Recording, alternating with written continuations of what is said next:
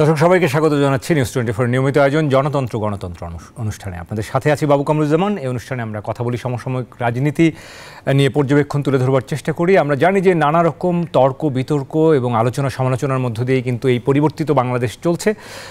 আমরা দেখছি অন্তর্বর্তীকালীন সরকারকে নিয়ে কখনো সমালোচনা এবং তর্ক বিতর্ক তৈরি হচ্ছে। আমরা দেখেছি এই সময়ে গত দুদিন ধরে আমরা যেটি দেখলাম যে স্বাস্থ্য উপদেষ্টাও কিন্তু তোপের মুখে পড়েছিলেন, পদত্যাগের দাবি করা হয়েছে। পঙ্গু হাসপাতালে আহতরা কিন্তু বিক্ষোভ করেছেন, অবরোধ করেছেন। ছাত্র আন্দোলনে আহতরা আর্থিক সহযোগিতা এবং উন্নত চিকিৎসা না পাওয়া নিয়ে এ ধরনের ক্ষোভ কিন্তু তারা জানিয়েছেন। সব মিলিয়ে এসব বিষয় নিয়ে এবং সমসাময়িক রাজনীতি নানা বিষয় নিয়ে আজকের জনতন্ত্র গণতন্ত্রে আমরা আলোচনা করতে চাই। আজকে আমরা আলোচনা শিরোনাম রেখেছি জুলাই অভ্যুত্থানে আহতদের চিকিৎসায় অবহেলা, সেটি কি হচ্ছে, এইসব বিষয় নিয়ে আমরা কথা বলবো। আমাদের সঙ্গে স্টুডিওতে আজকে তিনজন অতিথি যুক্ত হবেন, তবে এই মুহূর্তে আমরা একজনকে স্টুডিওতে পেয়েছি, কিছুক্ষণের মধ্যে বাকিরা যুক্ত হবেন। এই মুহূর্তে রয়েছেন অ্যাডভোকেট হাসান তারিক চৌধুরী, আমাদের সঙ্গে রয়েছেন সম্পাদক বিশ্ব গণতান্ত্রিক আইনজীবী পরিষদ, সুপ্রিম কোর্টের একজন আইনজীবী। স্বাগত জানাচ্ছি হাসান তারিক চৌধুরী আপনাকে। আমরা আমাদের সঙ্গে এবিএম মোশাররফ হোসেন কিছুক্ষণের মধ্যে যুক্ত হবেন, কেন্দ্রীয় প্রশিক্ষণ বিষয়ক সম্পাদক বিএনপি, এবং নাজমুল হাসান যুক্ত হবেন, কেন্দ্রীয় সমন্বয়ক বৈষম্য বিরোধী ছাত্র আন্দোলন। আমরা আশা করছি অল্প কিছুক্ষণের মধ্যে তারা আসবেন। আমরা আলোচনার যে শিরোনামটি বলছিলাম দর্শকদের, যে জুলাই অভ্যুত্থানে আহতদের চিকিৎসা অবহেলা, এবং আমরা দেখলাম যে এটি নিয়ে কিন্তু গণমাধ্যমে বেশ ফলাওভাবে রিপোর্ট করা হয়েছে, এবং গত দুদিন ধরেই কিন্তু আমরা দেখছি যে এটি নিয়ে ক্ষোভ বিক্ষোভের যে বহিঃপ্রকাশ, এটি হওয়াটা আসলে রাষ্ট্রের জন্য বা অন্তর্বর্তীকালীন সরকারের জন্য বিব্রতকর এবং এরকম একটি বাস্তবতায় দুঃখজনক মনে করেন কিনা? ধন্যবাদ কামরুজ্জামান বাবু। আসলে এই পরিস্থিতিটি আসলেই দুঃখজনক, এতে কোনো সন্দেহের অবকাশ নেই। এবং আমরা দেখেছি যে প্রতিটি স্বৈরাচার বিরোধী আন্দোলনে কিংবা জাতীয় আন্দোলনে যে সমস্ত মানুষ আত্মত্যাগ করেন বা আহত বা নিহত হন, বরাবরের বেলা যেরকম হয়েছে এবারও তার কিন্তু খুব একটা ব্যত্যয় আমরা দেখতে পাইনি। যে যারা আহত হয়েছেন, নিহত হয়েছেন, তাদের মধ্য থেকে ক্ষোভ বিক্ষোভের জায়গাগুলো বিভিন্ন সময়ে নানাভাবে প্রকাশিত হয়েছে। এটা যে এই অতি সাম্প্রতিককালে হয়েছে তা কিন্তু নয়। আমরা আগেও আন্দোলনের অব্যবহিত পরেই আমরা কিন্তু দেখতে পেয়েছি যে যারা আহত হয়েছেন বা ক্ষতিগ্রস্ত হয়েছেন বা নিহতদের স্বজনরা, শহীদের পরিবারগুলো, তারা কিন্তু তাদের ক্ষোভের বহিঃপ্রকাশ রাষ্ট্রের কাছে জানিয়েছেন, এবং তারা চেষ্টাও করেছেন সরকার প্রধানের সঙ্গে দেখা করতে এবং তাদের ক্ষোভের কথাগুলো তুলে ধরতে। কিন্তু অতি সম্প্রতি অর্থোপেডিক হাসপাতালে যেটি ঘটেছে সেটি আমার মনে হয় যে একটা ক্ষোভের সীমা ছাড়িয়ে যাওয়ারই বহিঃপ্রকাশ, এবং যে কারণে মাননীয় স্বাস্থ্য উপদেষ্টা একটা বিক্ষোভের মুখে পড়েন। এবং যদ্দূর গণমাধ্যমে জানা গিয়েছে যে ব্রিটিশ হাইকমিশনার তিনিও সে সময় ওনার সঙ্গে ছিলেন, এবং তিনি পরিস্থিতি অশান্ত অবস্থায় দেখে তিনি অন্যভাবে সে স্থান ত্যাগ করেন। তো যে পরিস্থিতিটি দেশের মাটিতে ঘটলো এবং বিদেশি একটা শক্তিশালী দেশের কূটনীতিকের সামনে যে পরিস্থিতিটি ঘটলো, এটি একটি দুঃখজনক বার্তায় আমি বলবো যে বহির্বিশ্বের কাছে বা গণতান্ত্রিক দেশগুলোর কাছে গেল, যেটা কোনোভাবেই কাম্য ছিল না। ফলে আমি মনে করি যে আন্দোলনের শক্তিকে যে মূল্য দেওয়া, অর্থাৎ যাদের আত্মত্যাগের ফলে গণতন্ত্রের পথে, বৈষম্যহীনতার পথে বাংলাদেশের যে যাত্রা সূচিত হলো, সেই যাত্রার মুখেই এই ধরনের একটি পরিস্থিতি একজন গণতন্ত্রকামী মানুষ হিসেবে প্রত্যেকের জন্যই খুবই বিব্রতকর এবং অনাকাঙ্ক্ষিত। এবং আমি মনে করি যে এই জায়গাটি হওয়া উচিত ছিল সর্বোচ্চ গুরুত্বের জায়গা। কিন্তু আমরা দেখলাম যে শহীদ পরিবার এবং যারা আহত হয়েছেন আন্দোলনে, তাদের জায়গার যে অগ্রাধিকারের যে বিষয়টি, সেটি একটি রেটোরিক্সে পরিণত হয়ে গিয়েছিল।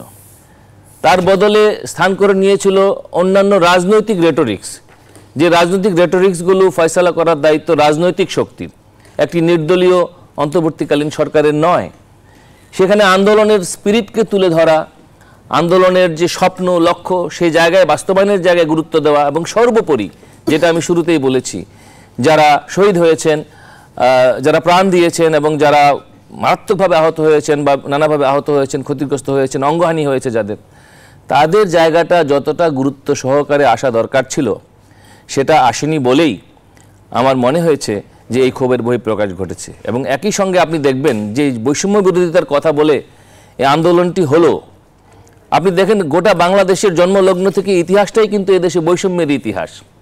এবং আমাদের দেশে প্রধানত দুটি সেক্টর চরম বৈষম্যের শিকার।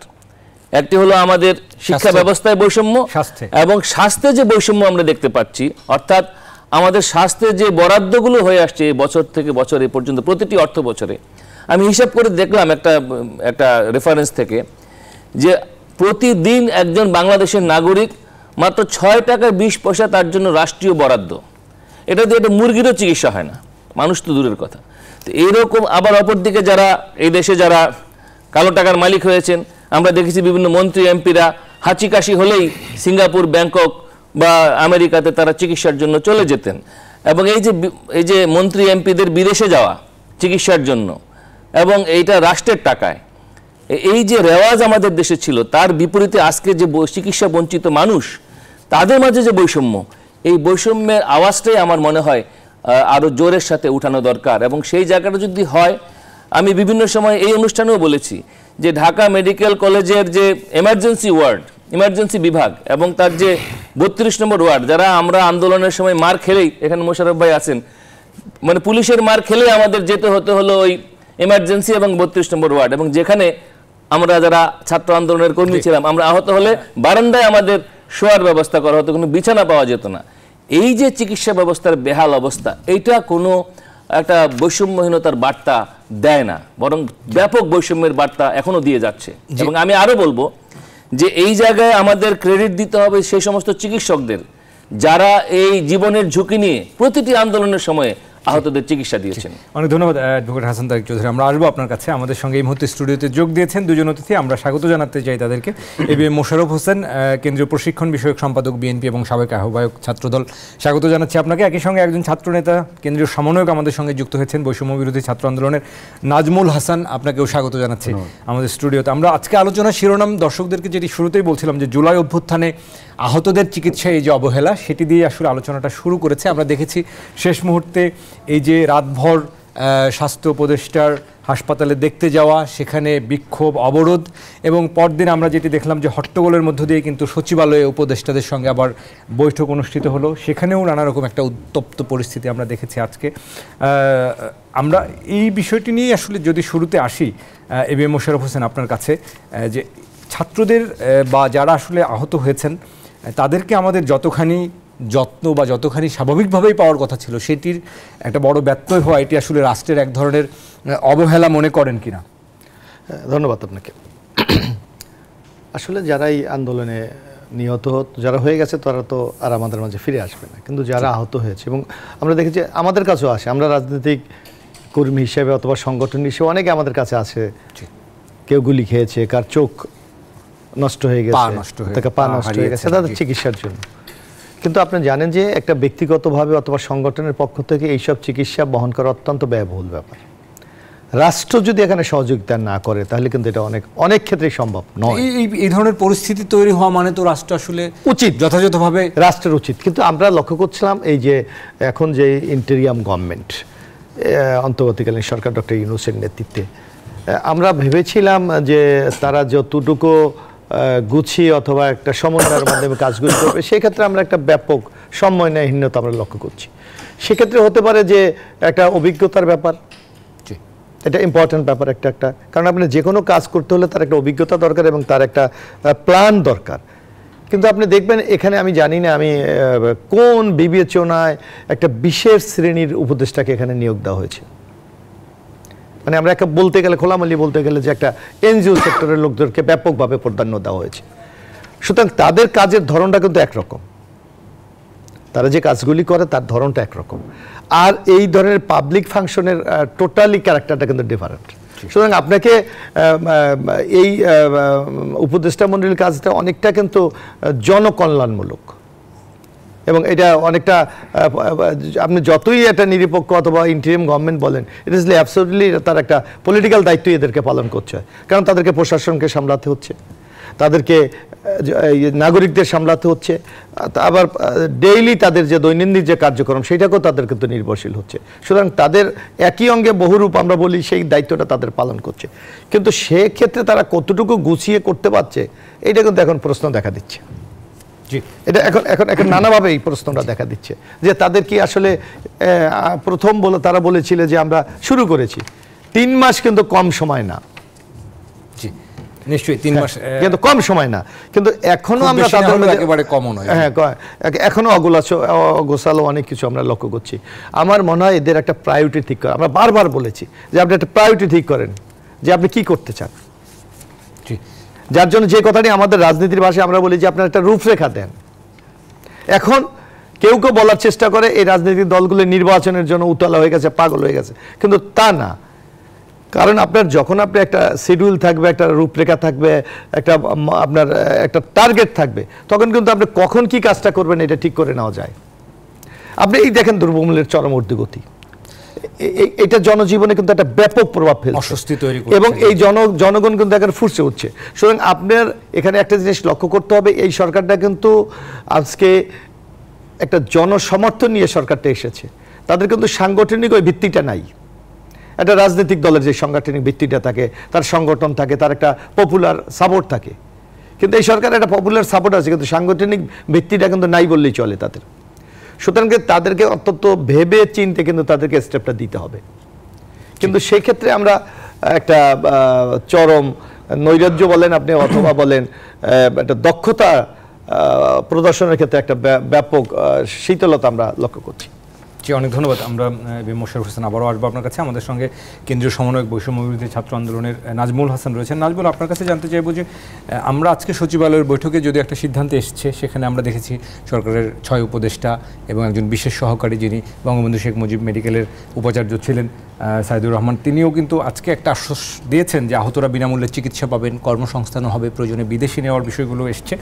কিন্তু যে পরিস্থিতিটি হলো ব্রিটিশ হাই কমিশনার সারা কুকের উপস্থিতিতে আগের দিন আমরা যেটি দেখলাম বুধবার রাতে, এইটি একটি অনাকাঙ্ক্ষিত পরিস্থিতি, এবং এটি কেন হতে হলো বলে মনে করেন? আসলে এখানে কি অন্তর্বর্তীকালীন সরকারের এক ধরনের অবজ্ঞা, অবহেলা আপনারা লক্ষ্য করেন কিনা?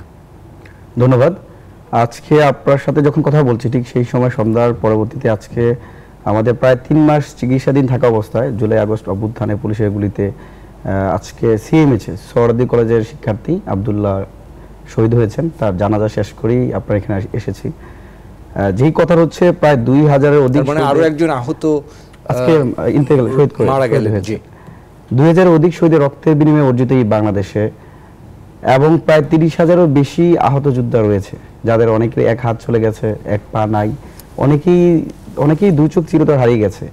সেই বাংলাদেশে অবশ্যই আমাদের প্রথম টার্গেট ছিল শহীদদের, যারা তাদের এই দেশের জন্য 18 কোটি মানুষের মুক্তির লড়াই করতে গিয়ে, দেশ মাতৃকার জন্য দানব শেখ হাসিনার বিরুদ্ধে লড়াই করতে গিয়ে যারা অকাতরে জীবন দিয়ে গেছে, শহীদদের প্রাপ্য সম্মান এবং মর্যাদা নিশ্চিত করা। পাশাপাশি যারা যুদ্ধ করে এখনো বেঁচে আছে, যাদের প্রাণটা বেঁচে আছে, তাদেরকে যেন আমরা সঠিকভাবে চিকিৎসা দিয়ে সুস্থ করতে পারি এবং তাদের কর্মসংস্থান নিশ্চিত করা, এইটা আমাদের প্রথম টার্গেট ছিল বৈষম্য ছাত্র আন্দোলন অথবা আমরা আন্দোলনকারী একজন হিসাবে। তবে এটা অবশ্যই ঠিক অস্বীকার করার সুযোগ নেই। আমরা শিক্ষার্থী যারা আছে, শুধু শিক্ষার্থী না, এখানে কিন্তু কৃষকও আছে, অনেক শ্রমিকও আছে যারা আহত এবং অনেক শহীদ হয়েছে। মাত্র খুবই নামমাত্র আমরা ইতিমধ্যে প্রায় 200-র অধিক মানুষ শহীদ, যাদেরকে জুলাই স্মৃতি ফাউন্ডেশনের পক্ষ থেকে আর্থিক সহযোগিতা করা হচ্ছে, যেটা খুবই কম। যেখানে আমাদের 2000-এরও বেশি শহীদ, সেখান থেকে মাত্র 200 জনকে আমরা করতে পেরেছি। আমরা 2000-এর মতো কাছাকাছি একটা নাম্বার আমরা পৌঁছাতে পেরেছি, বাট এখনো সেটা কমপ্লিট না, চলমান রয়েছে। যেহেতু আজকে একজন নতুন শহীদ হয়েছেন, এরকম প্রতিনিয়ত চলতেছে। তো সেই জায়গাতে অন্তর্বর্তীকালীন সরকারের আন্তরিকতা, সদিচ্ছা এবং সক্ষমতা তিনটাই দায়ী আছে। আমরা বারবার বলে আসছিলাম যে আমাদের যারা আহত যোদ্ধা আছে তাদেরকে যেন আমরা পরিপূর্ণভাবে সুস্থ করে তুলতে পারি। আমি ইতিমধ্যে অনেকেই সুস্থ হয়ে বাসায় ফিরে গেছে, তাদেরকে যেন আমরা কর্মসংস্থান সৃষ্টি করতে পারি, সেই জায়গাতে অনেকটাই গাফিলতি আছে। তবে আরেকটা বিষয় এখানে খুবই উদ্বেগের বিষয়, ধরেন আমরা যতটুকু জানতে পেরেছি স্বাস্থ্য উপদেষ্টার মাধ্যমে, স্বাস্থ্য মন্ত্রণালয়ের মাধ্যমে এখন পর্যন্ত 4 জনকে বিদেশে চিকিৎসার ব্যবস্থা করা হয়েছে। মুসা নামে একটা শিশু ছিলেন যে আন্দোলনের সবচেয়ে কনিষ্ঠ আহত, 4 জনকে দেওয়া হচ্ছে এবং 11 জনকে পাইপলাইন আছে যাদের প্রক্রিয়া করা হয়েছে বিদেশে চিকিৎসার। তবে আমি যেটা বলতে চাই, আজকে যে সোহরাওয়ার্দী কলেজের শিক্ষার্থী আব্দুল্লাহ তিনি যে মারা গেলেন, তিনি কিন্তু গত 3 মাস যাবৎ গুলিবিদ্ধ ছিলেন হসপিটালে। তার যে অবস্থা খারাপ, তাকে যদি আমরা তাকে বিদেশে চিকিৎসা পাঠাতে পারতাম। রাষ্ট্র আসলে দেখভাল করেছে এই 3 মাস? রাষ্ট্র অবশ্যই চিকিৎসা দিচ্ছে, সিএমএইচ হসপিটালে ছিল, কিন্তু এখানে আমি মনে করি তাদের যদি আরো বেশি আন্তরিকতা থাকতো, তার অধিকতর উন্নত চিকিৎসার জন্য তাকে আমরা বাইরে পাঠাতে পারতাম। সেই জায়গায় কিন্তু আন্তরিকতা ঘাটতি আমরা দেখতে পেয়েছি। সুতরাং এখানে যারা আন্দোলনকারী শিক্ষার্থী, আন্দোলনকারী শ্রমিক জনতা, তাদের উপর যেই পরিমাণ আমরা রেসপন্সিবিলিটি নেওয়া দরকার ছিল সেটা অনেকাংশে হচ্ছে না, এটা বলার অবকাশ নাই। আবার পাশাপাশি আমরা দেখতে পাচ্ছি এটাকে কেন্দ্র করে রাজনীতি হচ্ছে। যেমন গতকালকে যে ঘটনা ঘটলো, এখানে যে দাবি দাওয়াগুলো বলা হচ্ছে সেটা পালন হয় না, বাট পালন করার জন্য একটা রাস্তা তৈরি করতে হবে। কিন্তু একজন আন্তর্জাতিক খ্যাতি সম্পর্কে একজন লোক সারা কুক, ওনার মাধ্যমে যেটা সামনে যেটা করলো সেটা কিন্তু খুবই অনাকাঙ্ক্ষিত বিষয়। পাশাপাশি এখানে কয়েকটা গ্রুপ আছে, একটা গ্রুপ এসে বলতেছে যে আমাদের এই দাবি না মানলে আমরা রাস্তা ছাড়বো না। এখন যারা আন্দোলন আবার ছাত্রদের মধ্যেই বিভক্তি তৈরি হয়েছে, এখন ছাত্র স্পেসিফিক না, এখানে অনেকেই আছে। আন্দোলনকারী একটা গ্রুপ হচ্ছে আমাদেরকে উপদেষ্টা বানাইতে হবে, মানে তাদের ছাত্র রিপ্রেজেন্টেটিভ হিসেবে মন্ত্রণালয়ের দায়িত্ব দিতে হবে, ছাত্র রিপ্রেজেন্টেটিভ তো আমরা দেখছি যে দুজন আছে, দায়িত্ব দিতে হবে। যেমন এই একটা গ্রুপ আছে, আরেকটা গ্রুপ হচ্ছে তাদেরকে আর্থিক সহায়তা করতে হবে। এটা তো আমরা বলি এটা আজকে এটা তো অস্বীকার করার সুযোগ নাই। যারা শহীদ হয়েছে এবং যারা আহত হয়ে চিকিৎসা নিছে তাদের পুনর্বাসন করার জন্য গভর্নমেন্টের, তারা কেন রাস্তায় দাঁড়াবে? রাস্তায় কেন গভর্নমেন্ট সেই সুযোগটা দিছে? যদি সেই সুযোগটা না দিত তাহলে আজকে এরকম পরিস্থিতি হতো না। এটাকে আমরা অবশ্যই নিন্দা জানাই। কিন্তু পাশাপাশি যে একটা আরেকটা গ্রুপ আছে এই আন্দোলনকে কেন্দ্র করে মন্ত্রণালয় কয়েকবার আমরা শুনেছি তাদেরকে এই দায়িত্ব আমাকে স্পেসিফিক, এই যদি ধরেন আমি যদি এখানে থাকি আরেক গ্রুপ মানে না, আরেক গ্রুপ যদি ডাকে কই ওরকে ছাড়া আমি যাবো না। তো আজকে মন্ত্রণালয় আপনি যে মিটিংটা দেখতে পেয়েছেন সেই মিটিং এর চিত্র কিন্তু সেটা বহিঃপ্রকাশ ঘটে। এর মধ্যে কয়েকটা গ্রুপ তৈরি হয়ে গেছে। তো আমি মনে করি আন্দোলনকারী বা আহত যারা আছে তাদের কোনো গ্রুপ হতে পারে না, তাদের কোনো স্পেসিফিক দাবি থাকতে পারে না। দাবি সেটাই থাকতে পারে তাদেরকে পূর্ণাঙ্গ চিকিৎসা করে সুস্থ করে দেওয়া এবং তাদের কর্মসংস্থান সৃষ্টি করা। এর বাইরে যদি বিভিন্ন দাবি দেওয়া, এখন যদি আমি বলি আরেকটা বিষয় যে প্রাইভেট বিশ্ববিদ্যালয় থেকে 5 জনকে আবার উপদেষ্টা নিতে হবে, 7 কলেজ থেকে উপদেষ্টা নিতে হবে, জাতীয় বিশ্ববিদ্যালয় নিতে হবে, আন্দোলন আহত তাহলে উপদেষ্টার পরিষদ 420 জন হয়ে যাবে, তবে তো 420 উপদেষ্টা হয়ে যাবে। সেই জন্য আমার মনে হয় এখানে এটা রাষ্ট্রের গুরুত্বপূর্ণ কনসার্নের জায়গা থাকতে পারে। যারা আহত হয়েছে তাদেরকে পরিপূর্ণ চিকিৎসার জন্য যা যা করণীয় ইচ এন্ড এভরিথিং, আজকে যারা উপদেষ্টা হয়েছে তারা তাদের এই শিক্ষার্থীদের রক্তের উপর দাঁড়িয়ে উপদেষ্টা হয়েছে, তারা তাদের যোগ্যতা বা নিজস্ব ক্যাপাসিটির মাধ্যমে হয় নাই। সেটা তাদের বোঝা উচিত যে আমাদের চেয়ার, এই যে আমার যে চেয়ার, এই চেয়ার হচ্ছে শিক্ষার্থীদের রক্তের বিনিময়ের চেয়ার, আহতদের যুদ্ধ যারা আছে তাদের বিনিময়। সুতরাং তাদের জন্য আমরা সর্বোচ্চভাবে আন্তরিকতা দেখাতে পারি, সদিচ্ছা দেখাতে পারি। এবং আমাদের রাষ্ট্রে যদি এখন বর্তমানে যদি কোনো ক্রাইসিস থাকে, সক্ষমতা ঘাটতি থাকে, সেটাও যেন আমরা আন্তরিকতা দিয়ে তাদেরকে বুঝাতে পারি। এটা বোঝা উচিত যে এটাকে আমি মনে করি ঘাটতি ছিল। জি, অনেক ধন্যবাদ নাজমুল হাসান। আমরা বৈষম্য বিরোধী ছাত্রদের মধ্যেও যারা ছাত্র তাদের মধ্যেও আমরা দেখছি এই যে বললেন ভিন্ন ভিন্ন মত তৈরি হচ্ছে, উপদেষ্টা অর্থাৎ ক্ষমতার লোভ তৈরি হচ্ছে, সেটিও আবার জাতির কাছে কি বার্তা যায় সেই বিষয়গুলো নিয়ে আমরা আরও কথা বলতে চাই। একটা বিরতি নেওয়ার সময় হয়েছে। দর্শক, জনতন্ত্র গণতন্ত্রে আজকে আমরা কথা বলছি জুলাই অভ্যুত্থানে আহতদের চিকিৎসা অবহেলা এবং সামগ্রিক রাজনৈতিক বিষয় নিয়ে আমরা কথা বলতে চাই। একটা বিরতির পর আশা করি আমাদের সাথে থাকবেন। দর্শক, বিরতির পর আবার স্বাগত জনতন্ত্র গণতন্ত্র অনুষ্ঠানে। আজকে আমরা কথা বলছি জুলাই অভ্যুত্থানের আহতদের চিকিৎসায় অবহেলা এই শিরোনামে। আমাদের সঙ্গে 3 জন অতিথি স্টুডিওতে রয়েছেন। এই মুহূর্তে আমাদের সাথে রয়েছেন অ্যাডভোকেট হাসান তারিক চৌধুরী, রয়েছেন সম্পাদক বিশ্ব গণতান্ত্রিক আইনজীবী পরিষদ, আরও একবার স্বাগত জানাচ্ছি। সাথে আছেন ABM মোশাররফ হোসেন, কেন্দ্রীয় প্রশিক্ষণ বিষয়ক সম্পাদক বিএনপি ও সাবেক আহ্বায়ক ছাত্রদল। আমাদের সঙ্গে আছেন নাজমুল হাসান, কেন্দ্রীয় সমন্বয়ক বৈষম্য বিরোধী ছাত্র আন্দোলন। আরও একবার 3 জনকে স্বাগত জানাচ্ছি। আমরা অ্যাডভোকেট হাসান তারিক চৌধুরী আপনাকে দিয়ে শুরু করতে চাই। আমরা যে বিষয়টি বলছিলাম যে জুলাই অভ্যুত্থানের আহতদের চিকিৎসায় অবহেলার কথা আসলে বলছিলেন, এটি দুঃখজনক, বিব্রতকর। সব মিলিয়ে আসলে এখন যে পরিস্থিতির মধ্য দিয়ে আমরা যাচ্ছি, আমরা দেখছি যে নানা রকম অস্বস্তি তৈরি হচ্ছে, কোথাও কোথাও আলোচনা হচ্ছে, আলাপচারিতায় আসছে। একদিকে দ্রব্যমূল্যের পরিস্থিতি নিয়ে রয়েছে, রাজনৈতিক পরিস্থিতি রয়েছে, সংস্কার নিয়ে, আবার নির্বাচন কবে হবে সেটি নিয়ে। সব মিলিয়ে আসলে এই পরিস্থিতিগুলো অন্তর্বর্তীকালীন সরকারকে আপনারা মনে করছেন যে গুছিয়ে আসলে কাজ করতে পারছেন না, কোথাও একটা সমন্বয়হীনতা তৈরি হচ্ছে, সেক্ষেত্রে আসলে করণীয় কি? দেখেন, আজকের বিষয় যেহেতু এই আন্দোলনের আহতদের চিকিৎসার অবহেলা, আমি ওই জায়গাটা থেকে শুরু করি। সেটা হলো যে এই যে স্বাস্থ্য ব্যবস্থা যার কাছে আমরা প্রত্যাশা করি, এই স্বাস্থ্য ব্যবস্থাটাকেই তো নষ্ট করে ফেলা হয়েছে এবং এই সিস্টেমটাই কলাপস। আমরা ATM মেশিনে যেমন দেখি আউট অফ সার্ভিস, আমাদের স্বাস্থ্য ব্যবস্থা এখন হয়ে গেছে আউট অফ সার্ভিস। কেন? এর গোড়া থেকে ধরতে হবে। আপনি দেখেন এই স্বাস্থ্য খাতে ডাক্তারদের কিন্তু আপনি গিল্টি দোষ দিতে পারবেন না।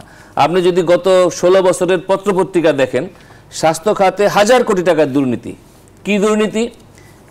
সরকারি হাসপাতালে এক্সরে মেশিন কেনা, আলট্রাসোনোগ্রাম কেনা, এই কেনাকাটায় যদি দুর্নীতি, 1000 কোটি টাকার দুর্নীতির খবর কিন্তু আপনার স্বাস্থ্য খাতে প্রকাশিত হয়েছে। এবং বিগত সরকারগুলো এই অক্ষমতাকে, এই দুর্নীতিকে সামাল দিতে পারে নাই, কারণ দলবাজিতে আক্রান্ত ছিল স্বাস্থ্য ব্যবস্থা। এবং এই দলবাজির সংস্কৃতি থেকে উদ্ধার করে স্বাস্থ্য ব্যবস্থাটাকে কোটা নয় মেধার জায়গায় যে নিয়ে যাওয়ার যে কাজটা, এই কাজটা কিন্তু এখনো হয়নি। ফলে যে অক্ষমতার জায়গায় স্বাস্থ্য ব্যবস্থা রয়ে গিয়েছিল সেই অক্ষমতার জায়গায় কিন্তু রয়ে গেছে। ফলে আহতরা কার কাছে চিকিৎসাটা চাইবে? স্বাস্থ্য ব্যবস্থার কাছে। তো সেই সিস্টেমটাই তো আউট অফ সার্ভিস করে ফেলেছে এই দুর্নীতির কারণে। সুতরাং আজকে যে এখানে স্বাস্থ্য সংস্কার কমিটি করেছে সেখানেও দেখবেন যে সমস্ত উপদেষ্টাদের নিয়ে যেরকম কথা আছে, এই স্বাস্থ্য সংস্কার কমিটি নিয়েও কিন্তু কথা আছে যে তাদের সক্ষমতা কতটুকু, সেখানে মেধার প্রাধান্য দেওয়া হয়েছে কিনা। তো ফলে সার্বিক অর্থেই একটা সমন্বয়হীনতার জায়গা এখানে রয়ে গেছে এবং সক্ষমতাহীনতার জায়গা রয়ে গিয়েছে। এবং একই সঙ্গে আপনি দ্রব্যমূল্যের কথা বলেছেন, আপনি দেখেন এই যারা আহত, আপনি ডাক্তার তাকে প্রেসক্রিপশন করে দিল সরকারি হাসপাতালে, সরকারি হাসপাতাল থেকে কি তাকে সব ওষুধ দিতে পারবে? পারবে না। বাইরের বাজার থেকে তাকে একটা অ্যান্টিবায়োটিক বা অন্যান্য ওষুধ তাকে কিনতে হবে। ওষুধের দাম কোন মাত্রায় গিয়েছে? আজকে যে কোনো সাধারণ পরিবারে, যাদের পরিবারে বৃদ্ধ বাবা মা আছে, তারা কিন্তু বাবা মার ওষুধ কিনতে তাদের নাভিশ্বাস উঠে যায়। ফলে ওষুধের দামের উপর কোনো নিয়ন্ত্রণ নাই। ওষুধের দামের উপরে ছিল একটা মনোপলি, সিন্ডিকেট। তো এই ওষুধের সিন্ডিকেট তো ভাঙা যায়নি। তাহলে আজকে এই অন্তর্বর্তীকালীন সরকারের যে অগ্রাধিকারের জায়গা, অর্থাৎ তাত্ত্বিক মতাদর্শিক যে বয়ান, সে বয়ানের চেয়ে আমি মনে করি যে মানুষের যে অধিকারের প্রশ্ন, মানুষের যে দৈনন্দিন জীবনের যে প্রবলেম, সেটাকে অ্যাড্রেস করা ছিল এখানে মৌলিক জায়গা। কারণ তারা তো কোনো দলের না, মানে আমি যদি অফিসিয়ালি বলি, তারা যেহেতু কোনো দলের না, ফলে এই মানুষের রাইটসের জায়গাগুলোকে নিশ্চিত করার যে কাজ, সে জায়গায় কিন্তু হাত দিতে পারে নাই। যার ফলে হয়েছে কি, এই স্বাস্থ্য সংস্কার কমিটি বলেন, উপদেষ্টা বলেন, আহতদের বিদেশে চিকিৎসার কথা বলেন, যাই বলেন না কোনো, total system is out of order. তাহলে এই যে out of order health system, এটাকে একটা অর্ডারে ফিরে আনতে হবে। ফিরে আনার জন্য এখানে কিছু একটা ড্রাস্টিক স্টেপ দরকার।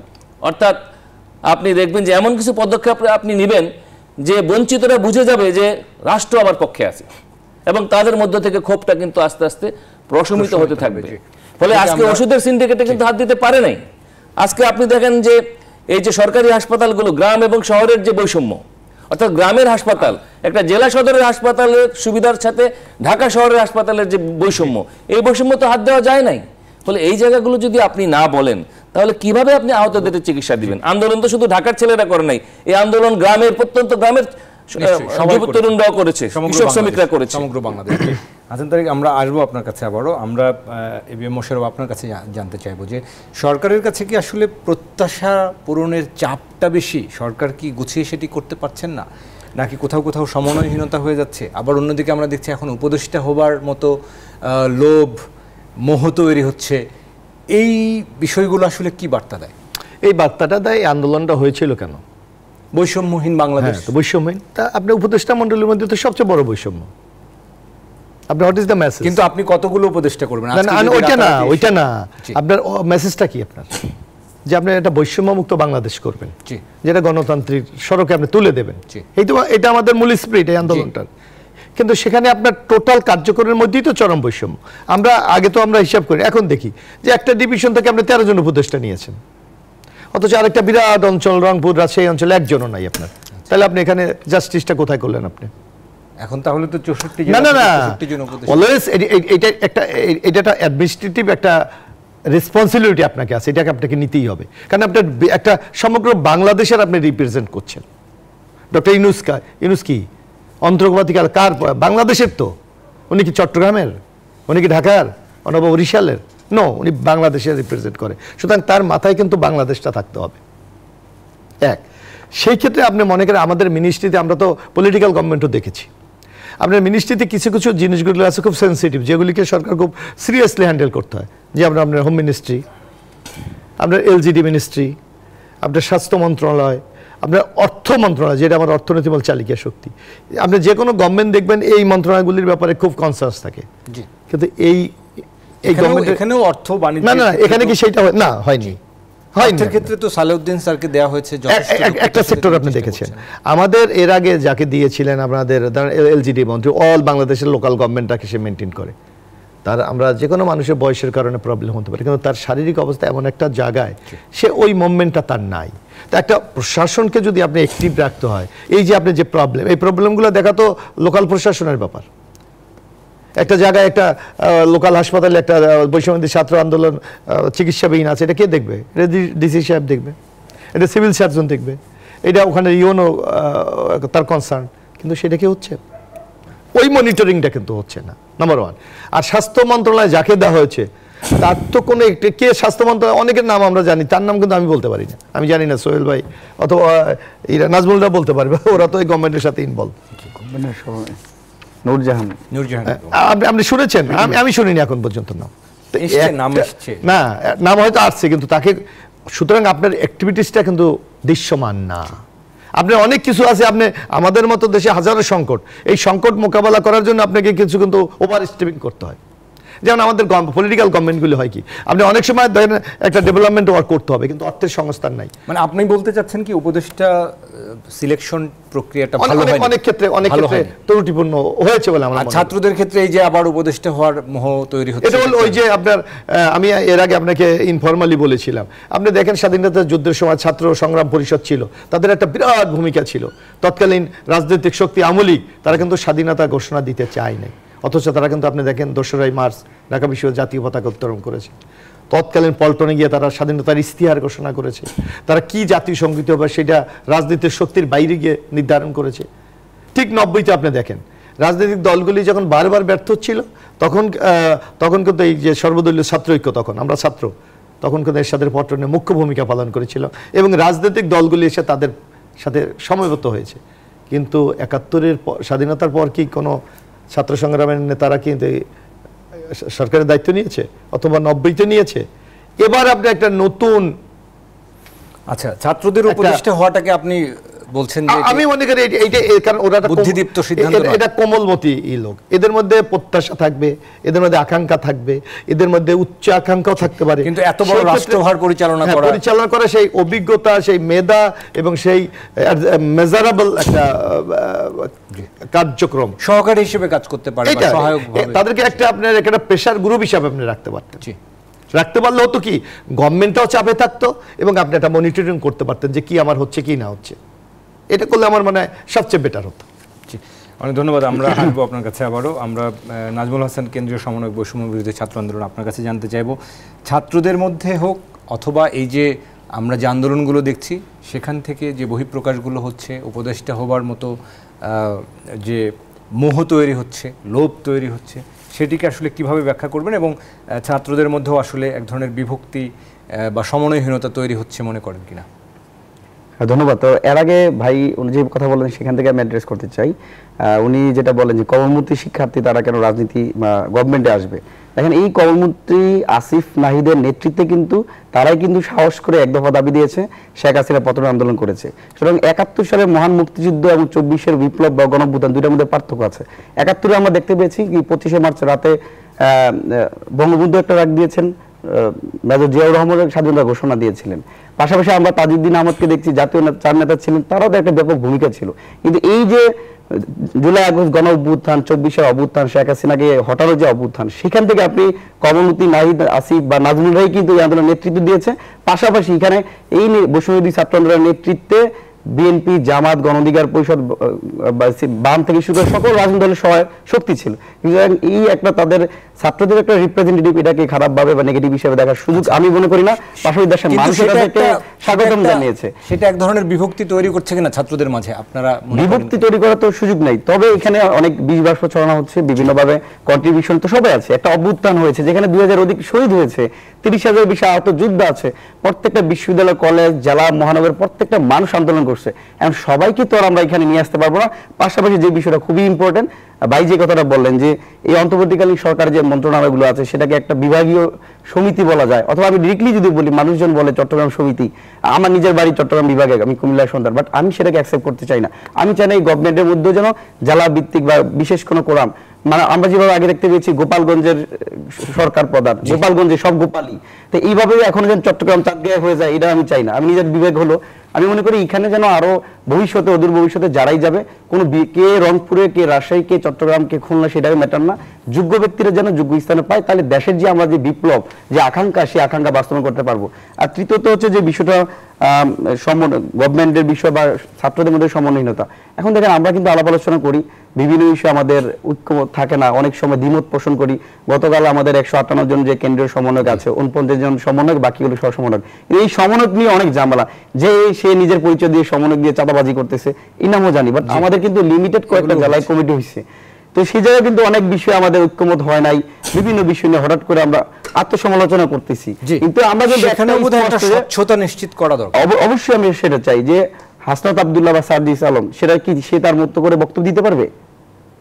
আমি নাজমুল হাসান আমি চাইলে কি যে কোনো একটা বক্তব্য দিতে পারবো, বা আমি কি সবকিছু করবো?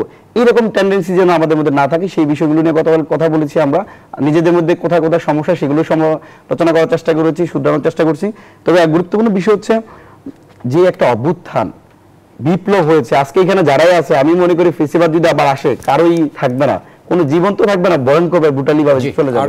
সেক্ষেত্রে আমরা যেন যে কাঙ্ক্ষিত বাংলাদেশ স্বপ্ন দেখতেছি সেই স্বপ্ন বাস্তবায়ন করার জন্য প্রত্যেকটা স্টেক হোল্ডারকে এগিয়ে আসা উচিত।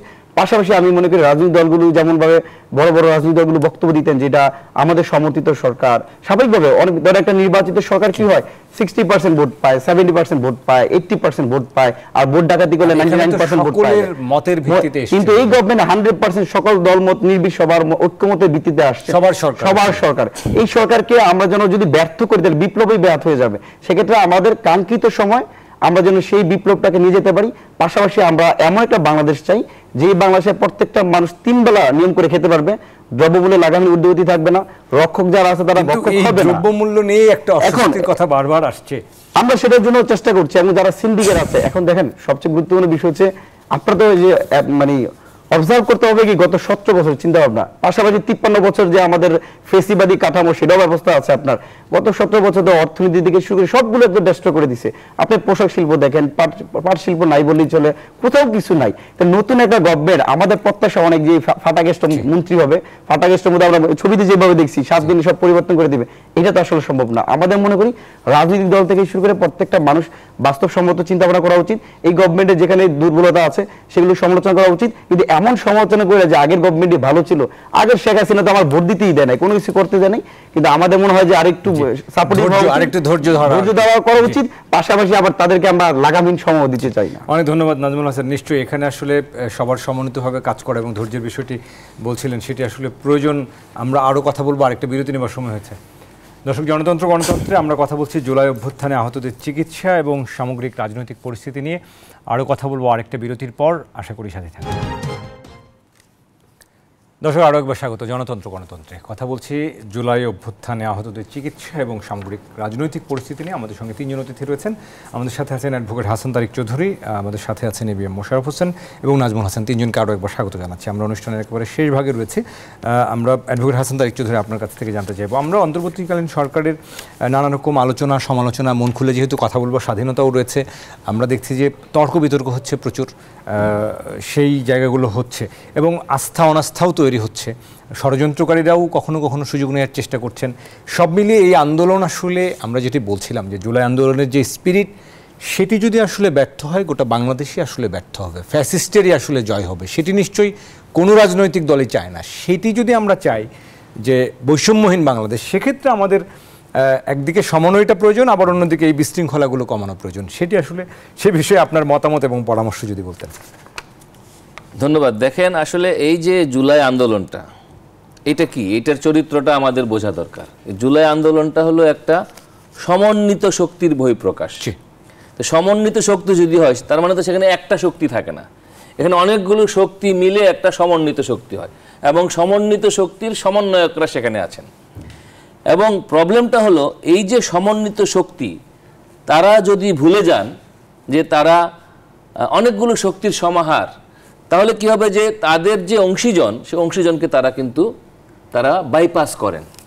ফলে আজকে যে অন্তর্বর্তীকালীন সরকারের কাছে যে আন্দোলনকারীদের যে প্রত্যাশা, আহত নিহত শহীদ পরিবারের যে প্রত্যাশা, এই জায়গাটা হলো সেই অংশীজনের প্রতি যে দায়িত্ববোধ, সে দায়িত্ববোধের জায়গায় মনোযোগ দেওয়ার ক্ষেত্রে ঘাটতির কারণে সৃষ্টি। এবং আজকের এই জায়গাটায় আপনি দেখেন, এই জুলাই আন্দোলনে ডানপন্থী বামপন্থী নির্বিশেষে, ইসলামিক ধারা থেকে শুরু করে বিভিন্ন ধারার সমন্বিত একটা চেতনার বহিঃপ্রকাশ সেখানে ঘটেছে। কিসের জন্য? বৈষম্যের বিরুদ্ধে, গণতন্ত্রের জন্য। তো গণতন্ত্রের ম্যান্ডেটটা কি? গণতন্ত্রের ম্যান্ডেট হলো আমাদের একটা কনস্টিটিউশন এবং একটা ইলেকটেড গভর্নমেন্ট। সুতরাং ইলেকটেড গভর্নমেন্ট কবে হবে, কখন হবে, এই জায়গাটা কিন্তু যত ততর দিকে চলে গিয়েছে। যত তত তত্ত্বটা বাংলাদেশে এখন সবচেয়ে কিন্তু আলোচিত তত্ত্ব। জনগণ যতদিন চায় ততদিন থাকবো, যতদিন জনগণ চাইবে ততদিন পরে নির্বাচন হবে। এই যে যত তত, যতজন দরকার ততজন উপদেষ্টা নিয়োগ দেওয়া হবে, তাহলে যত ততটা আসলে কত? যেটা কিন্তু নাজমুল বলার চেষ্টা করেছেন, এই যত তত্ত্বের মধ্যে যদি আপনি দেশটার অর্থনীতি রাজনীতিকে ফেলে দেন, এই যত তত্ত্বের কিন্তু যদির মতো একটা ব্যাপার, এটার কিন্তু কোনো শেষ নাই। ফলে দেশ, রাজনীতি, অর্থনীতি, মানুষের অধিকার, ভবিষ্যৎ একটা অনিশ্চয়তার মধ্যে যখন থাকে বা এই ধরনের যত তত্ত্বের মধ্যে পড়ে যায়, তখন মানুষের মধ্যে ক্ষোভ বিক্ষোভ দানা বেঁধে ওঠে। ফলে এই 3 মাসের অন্তর্বর্তীকালীন সরকারের এই পর্যায়ে এসে যে জায়গায় দেশটা চলে যাচ্ছে, আমি তো ষড়যন্ত্র তত্ত্ব থাকতেই পারে, ষড়যন্ত্র তো সবসময় থাকে, কার বিরুদ্ধে না থাকে, সকলের বিরুদ্ধে ছিল এবং বড় গ্রুপ যেহেতু আছে এবং থাকবে।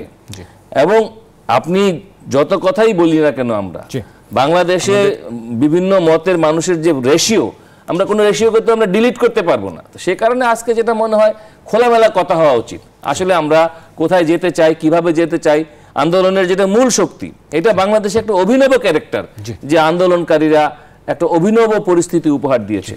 সুতরাং তাদের সাথে আরো কথা বলা দরকার, পলিটিক্যাল পার্টির সঙ্গে কথা বলা দরকার, অংশগ্রহণমূলক একটা পার্টিসিপেটরি প্রসেসের মধ্যে গেলে পরে যেটা আমাদের গুরুত্ব দিতে হবে, কোটা না মেধা সব ক্ষেত্রে। জি নিশ্চয়ই, অনেক ধন্যবাদ অ্যাডভোকেট হাসান তারিক চৌধুরী। এবি মোশাররফ, আপনার কাছে যে বিষয়টি জানতে চাইবো, আমরা এই যে সমন্বিত শক্তির কথা বলা হলো, এই সমন্বিত শক্তিটা আসলে ধরে রাখতে পারছি না কেন? আমরা আমাদের কি কোথাও আইন শৃঙ্খলা পরিস্থিতি, ব্যবসা পরিস্থিতি, আস্থার জায়গায়, এই জায়গাগুলোতে ছন্দপতন হচ্ছে, সেই জায়গায় এই সমন্বিত শক্তি আবার আমরা না ধরে থাকলে বাংলাদেশ আসলে ব্যর্থ হবে?